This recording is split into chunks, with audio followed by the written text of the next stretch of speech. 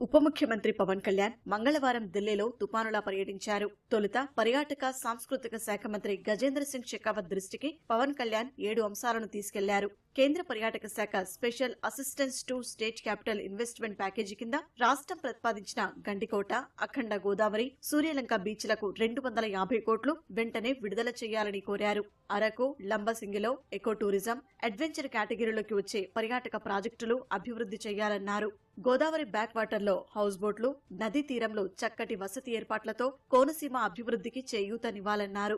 ప్రముఖ శైవక్షేత్రం శ్రీశైలాన్ని ఆధ్యాత్మిక, సాంస్కృతిక పర్యాటక ప్రాంతంగా తీర్చిదిద్దాలని విజ్ఞప్తి చేశారు.